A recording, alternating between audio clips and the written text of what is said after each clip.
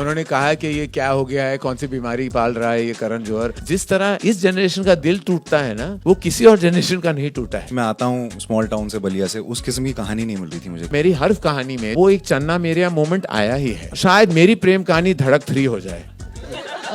जैसे कि आप जानते हैं ये ऑफिशियल अडेप्टेशन है तमिल फिल्म की पेरियूरम पेरुमल, और वो फिल्म को बहुत तारीफ भी मिली थी। लेकिन मैं गर्व के साथ कह सकता हूँ कि ये एक बहुत प्राउड अडेप्टेशन है, क्योंकि ऐसा बहुत ऐसे एलिमेंट्स हैं जो राहुल और शाजिया ने बदले भी हैं, और उस फिल्म को पेश किया, अपनी तरफ से रिप्रेजेंट किया है, पेश किया है।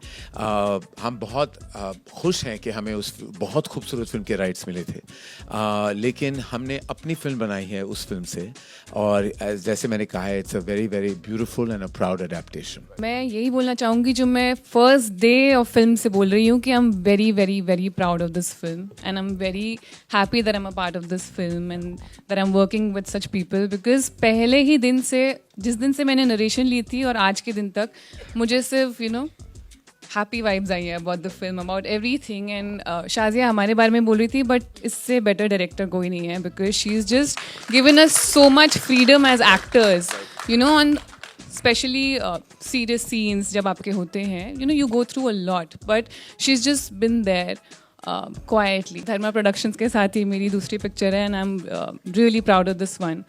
Thank you so much sir, thank you. Well, मैं क्या कहूँ, मैं एज एन एक्टर मुझे लगता है मेरा सौभाग्य है ये कि मुझे प्रोड्यूसर्स मिले, करण सर, जिन्होंने ये फेथ दिखाया कि ऐसी कहानी के लिए मुझे, क्योंकि क्या होता है कि अभी तक जो भी मैंने फिल्में की हैं सारी कहीं ना कहीं अर्बन रही हैं, और क्योंकि मैं आता हूँ स्मॉल टाउन से, बलिया से, उस किस्म की कहानी नहीं मिल रही थी मुझे कहीं। और मुझे याद है करण सर ने जब मुझे कॉल किया और कहा कि यार एक कहानी है, तुम आके सुन लो, और मुझे याद है मैं जब नरेशन के लिए गया और शाजिया और राहुल उन्होंने मुझे कहानी सुनाई, और उसी वक्त तुरंत मैंने कहा यार ये मैं कर रहा हूँ।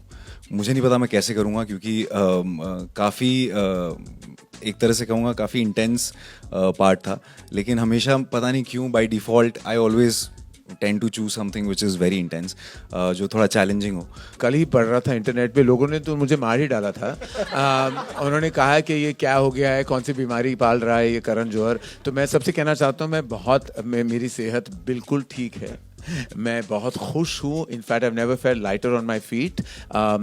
वज़न कम होने का एक ही कारण है, दूसरे कारण है कि बहुत चीज़ें मैंने अडॉप्ट किए हैं to change my wellness in my life. तो मैं ज़िंदा हूँ और ज़िंदा रहूँगा। पहले मैं नेटिजन्स जो कह रहे हैं, तो नेटिजन्स से मैं कहना चाहूँगा कि मैं बहुत साल जीना चाहता हूँ, स्पेसिफिकली मेरे बच्चों के लिए, एंड ऑफ कोर्स ये सारे मेरे बच्चे ही हैं। जहाँ तक कि स्मॉल टाउन की बात है, ऐसा है कि मैंने जी है वो ज़िंदगी, ऐसा नहीं कि नहीं जी है। पहले शुरू के 5-6 साल और अभी भी आना जाना होता रहता है, तो मुझे कहीं ना कहीं वो मैं जुड़ा हुआ हूँ उन चीज़ों से। This generation is very intense. जिस तरह इस जनरेशन का दिल टूटता है ना, वो किसी और जनरेशन का नहीं टूटा है। सो अगर आप देख लो, चार्ट पे भी देख लो, आप स्पॉटिफाई पे जाओ, 50 गाने आपको मिलेंगे, वहाँ से 40 गाने हार्ट ब्रेक पे होंगे। सब हार्ट ब्रेक के गाने सुनते हैं, सबका दिल टूटता है, और उसी में उनको कभी कभी खुशी भी मिल जाती है। Because I want to tell you there's nothing more beautiful than the ache of the heart. While it breaks you, it also solidifies you in many ways. तो जब मैं धड़क बना रहा था, मुझे ऐसी प्रेम कहानियों में बहुत इंटरेस्ट होती है जहाँ दिल टूटते हैं। मेरी हर कहानी में जब मैंने जो दर्शाया है, वो एक चन्ना मेरेया मोमेंट आया ही है, क्योंकि दिल का टूटना ना बहुत खूबसूरत होता है। गूंज उसकी बहुत बहुत ऊंची होती है, लेकिन खूबसूरत ज़रूर होता है। ऐसा कोई आशिक नहीं है जो नहीं चाहता कि उसका दिल टूटे, because somewhere it is therapeutic as well. I love intense love stories. I love heartbreak, and I love when you emerge from that heartbreak and that love is gratified. क्योंकि जब आपका दिल टूटता और फिर जुड़ जाता है ना, उसकी फीलिंग जो सबसे ज़्यादा स्पेशल होती है। I believe in love, and I said just now कि मैं सिंगल हूँ, लेकिन आज भी मेरी यही इच्छा है कि प्रेम कहानी मेरी ज़िंदगी में आए। वो आती ही नहीं है, पता नहीं क्यों। इसीलिए वाइकेरियसली मैं फिल्मों के द्वारा, मैं उस मीडियम के द्वारा मैं एक्चुअली प्रेम दिखाता हूँ, क्योंकि कहीं ना कहीं मुझे लगता है कि वो मेरी अधूरी इश्क वाली कहानी है, वो सिनेमा द्वारा पूरी हो रही है।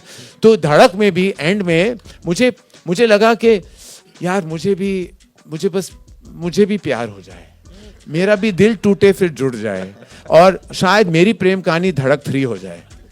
करण जी मैं ऐसे नहीं सोचती हूँ कि अभी एक कमर्शियल फिल्म करूँगी और एक meaningful. I think for me films are films. Every story is important, every character is important.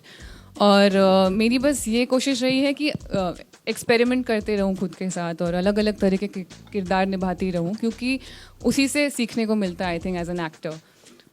तो बस हाँ, यही कोशिश है. ऐसे मैं कैटेगराइज नहीं करती हूँ उनको मेन स्ट्रीम और कमर्शियल सिनेमा में.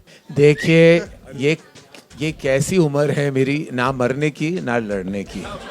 ये मेरी जीने की उम्र है और मैं बस जीऊँगा. और अभी प्यार के लिए लड़ने के लिए वो एनर्जी नहीं है. वो अभी हो गया जो होना था. अभी आ जाए तो very good, I welcome it with open arms. नहीं आए तो केबीसी के तरह मेरे भी 4 ऑप्शंस हैं.